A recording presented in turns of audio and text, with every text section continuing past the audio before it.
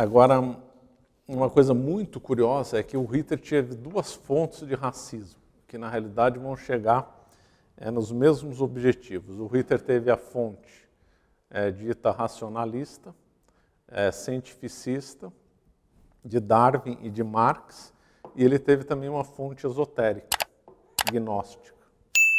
Essa fonte esotérica era ligada teve uma explosão de movimentos esotéricos na Áustria e na Alemanha, no final do século XIX, começo do século XX. E duas principais figuras se destacaram. Uma foi Guido von List e outro Lebensfels. O Guido von List é austríaco.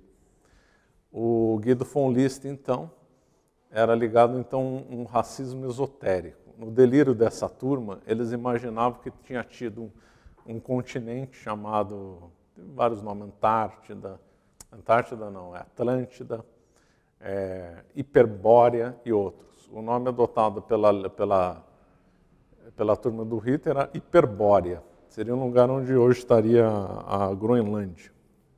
Então teve no passado, não sei quanto tempo atrás, mais de 1000 anos atrás, tinha uma raça perfeita na Hiperbórea, a raça ariana perfeita. E aí, com vários problemas, essa raça teve que sair desse continente da Hiperbórea e se misturou com outras raças. E aí, por isso que se degenerou. Essa raça original ariana era adepta de poderes mágicos, que no grupo do Hitler, chamado do grupo Thule, chamava Vril, essa força mágica. Então, esses arianos tinham posse de uma força mágica chamada Vril. E perderam porque se misturaram com raças inferiores. E que, nesse delírio de Himmler, de Rosenberg, eles achavam que tinha preservado um pouco dessa pureza no Himalaia. E eles fizeram expedições lá para o Himalaia tentar encontrar esses parentes dos arianos. Né? É verdade, é um delírio completo.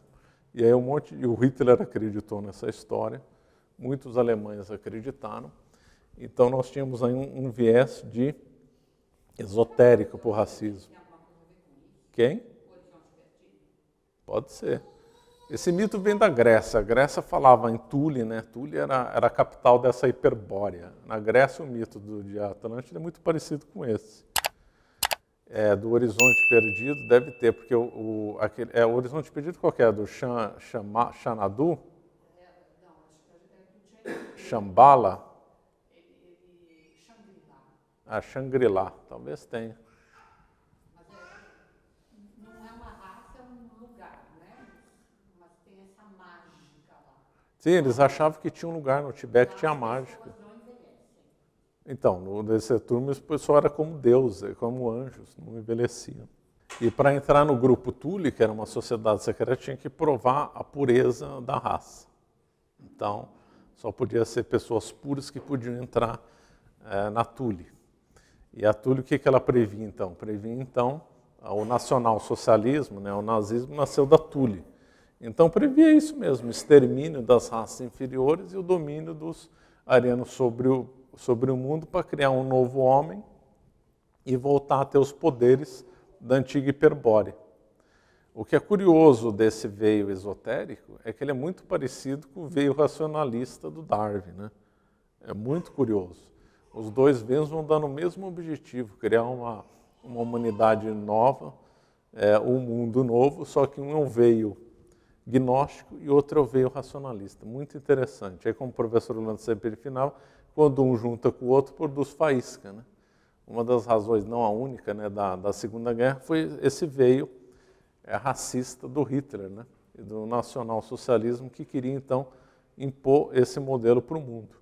Então, quando o Hitler invadiu a União Soviética, na Barbarossa, ele dizia que queria matar uma parte do povo e a outra ser escravizado pelos alemães, porque os alemães eram superiores. Era assim. O interessante é que o Lebensfels e o Guido von List, eles odiavam a Igreja Católica. Eles diziam que a Igreja Católica era uma das responsáveis pelos arianos não terem tido sucesso no plano deles. E essas visões aí com o intercâmbio entre o Japão e a Alemanha, o Japão aderiu, né, às teses eugênicas e racistas, né? O Tojo, lá que foi primeiro-ministro durante a Guerra do Japão, era um eugênico e racista brutal, né? E aí o Japão fez as coisas na China, mais ou menos com a mesma lógica que os alemães queriam fazer na União Soviética, né? Então, os japoneses na China também exterminaram, é que tem muito chinês, né, mas mataram muita gente lá, e também escravizaram, e também fizeram experiências eugênicas lá. Para quem estuda, é o famoso campo 731, que tinha até o Mengele lá do japonês, chamado Ishii, que fazia umas coisas completamente horripilantes contra os chineses. Esse Ishii, aí quando esse... Durante a Segunda Guerra Mundial. Desde os anos 30, né? A Segunda Guerra Mundial começou antes por Japão. O Japão invadiu a Manchúria em 31. E aí continuou, né? Fez os acordos com a Alemanha e continuou até perder a guerra em 45. E o assustador é que quando os Estados Unidos venceu o Japão, eles capturaram o Ishii, sabiam dos crimes dele, mas preservaram a vida dele para continuar os estudos na Marinha Americana. Impressionante, né? E ele foi poupado da morte, porque também teve um tribunal Nuremberg no Extremo Oriente, e mataram lá um tanto, mas o Ishii, que era um criminoso, um assassino brutal, foi poupado pelos americanos.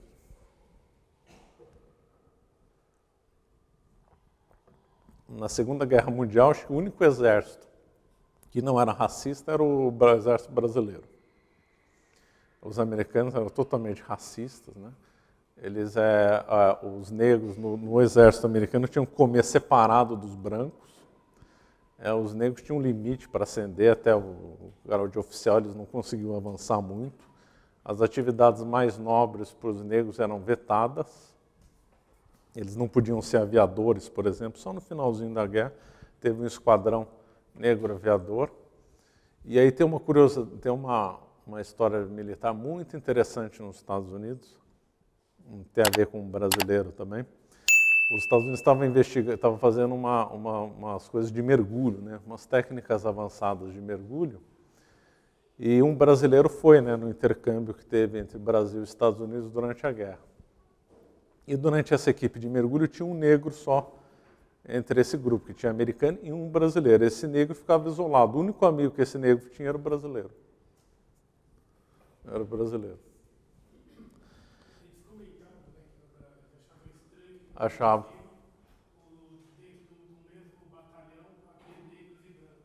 Havia negros e brancos. Havia batalhão de negros e brancos, mas todos comandantes só brancos.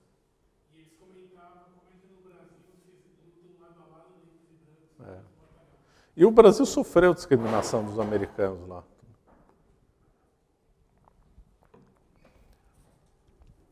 Então, racismo é uma coisa assim, brutal. E nos Estados Unidos teve lei eugênica até na década de 1970, se não me engano. E chegaram a aprovar uma esterilização de uma menina porque a avó era louca, uma coisa assim. Foi um caso bem emblemático dos Estados Unidos. Deixa eu ver se eu anotei aqui. Esse foi um caso assustador e emblemático, nos anos 20.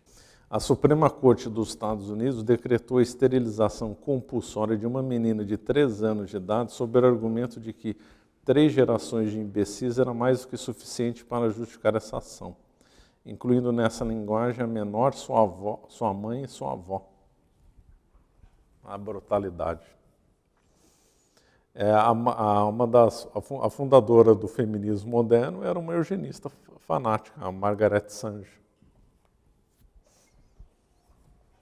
Engraçado que isso daqui era público, né? Eles não tinham vergonha de falar essas coisas. De repente sumiu, né? Ninguém mais comenta sobre a eugenia. A eugenia parece que é uma coisa que só ficou com Hitler e que aí morreu com ele, ficou tudo por isso mesmo, só teve lá e nunca teve lugar nenhum e tal. Tudo uma vergonha. Nunca foi, lutou contra. E diz um livro aqui que a lei não teria passado na Inglaterra por causa do trabalho do Chesterton. O Chesterton escreveu um livro, esse livro teve repercussão, e aí não passou a lei por causa disso. segundo o autor aqui.